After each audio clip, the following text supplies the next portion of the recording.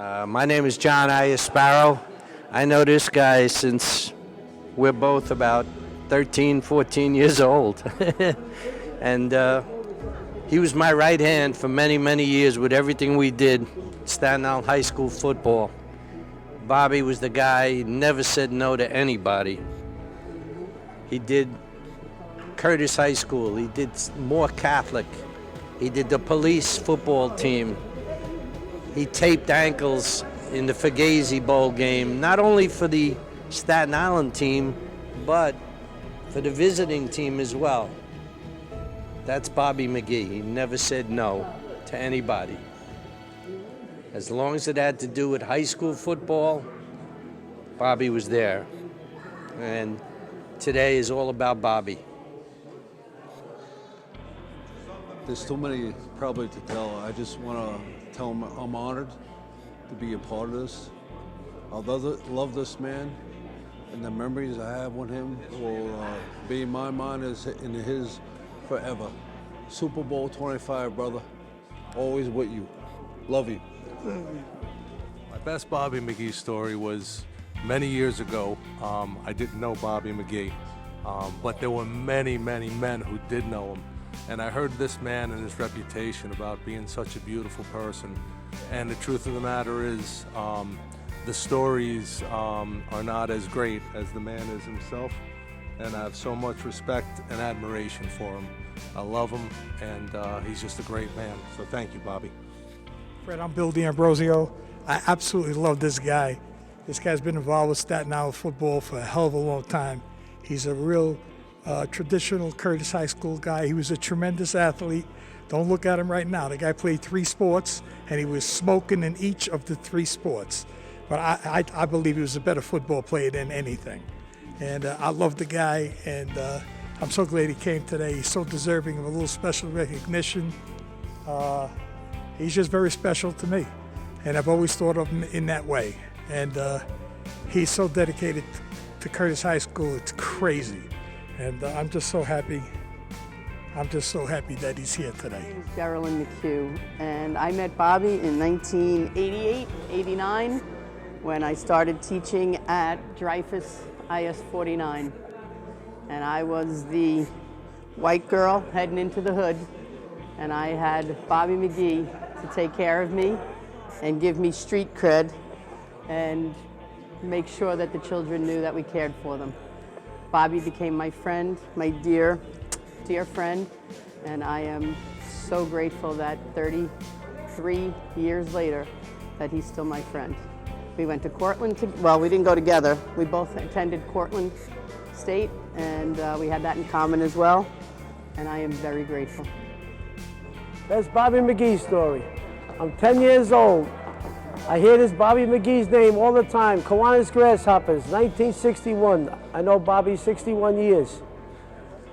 I see this fella in a Yankee uniform, Stapleton AC. He's built like Joe Frazier. He's catching. Where's Bobby McGhie? He's right over there. He gets up, he hits a triple up the left center field gap at Goodhue Center in New Brighton.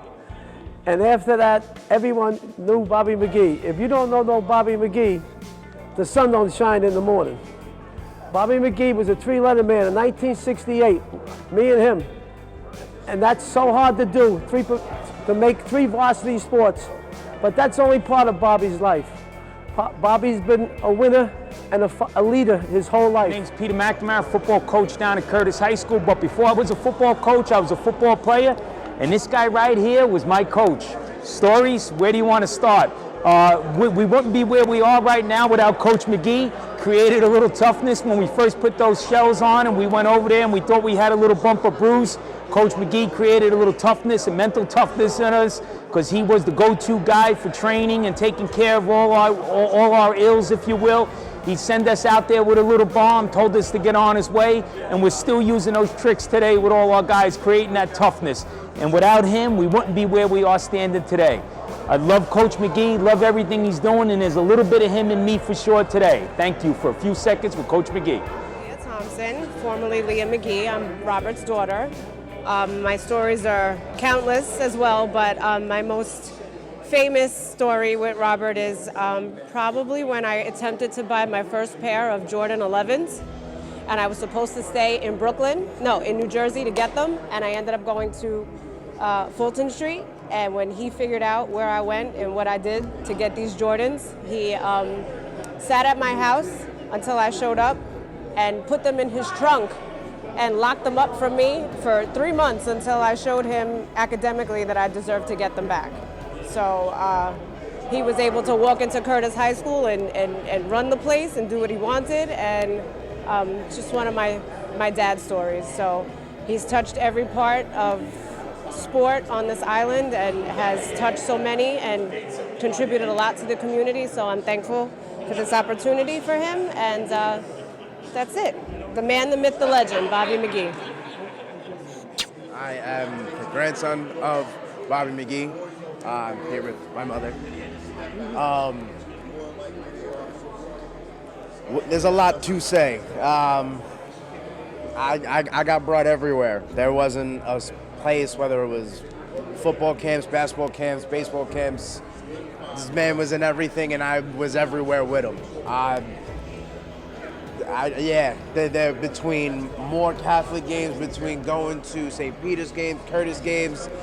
He was everywhere. There wasn't a little bit of the island that he didn't have his hands in, whether it was in the school district or in sports or just helping out in general. He was everywhere, helping out everybody that he could. Even if it was not on the field, it was in a pool. He was in that.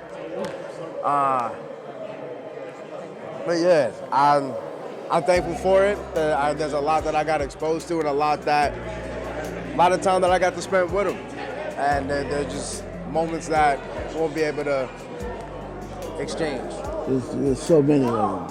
Bobby McGhie, who I call B, is my brother. He has taught me a lot of things, even though I am the oldest of the McGhie brothers. I learned a lot from the heart, from my brother Robert. He's a great person to be with. He teaches you a lot of things, sometimes without even mentioning a word. I love him. I can't wait for him to get better so we can go back to the football games at Curtis and for the New York City Police Department. He's a powerful figure just when he comes into your room. And I will miss him sitting next to me, having a good time at a party. Brad, Troy McGhie. I have the luxury of being Bobby's nephew, so I have a ton of Bobby McGhie stories, but I'm just gonna take one. When I was in college, me and Bobby were working at camp up in Equina, and Bobby took me out on a canoeing trip. I've never been out on a canoe before, but Bobby was the man of the water. Everybody knows Bobby with pools and with lakes and everything. He took us out, and it was one of the best experiences of my life, just being in the boat, in control, and Bobby's like, hey, listen, don't hit that rock, because if you tip over, I don't know if I can do anything for you. So I'm truly appreciative for all the things that Bobby has opened my world to. All right, thank you very much.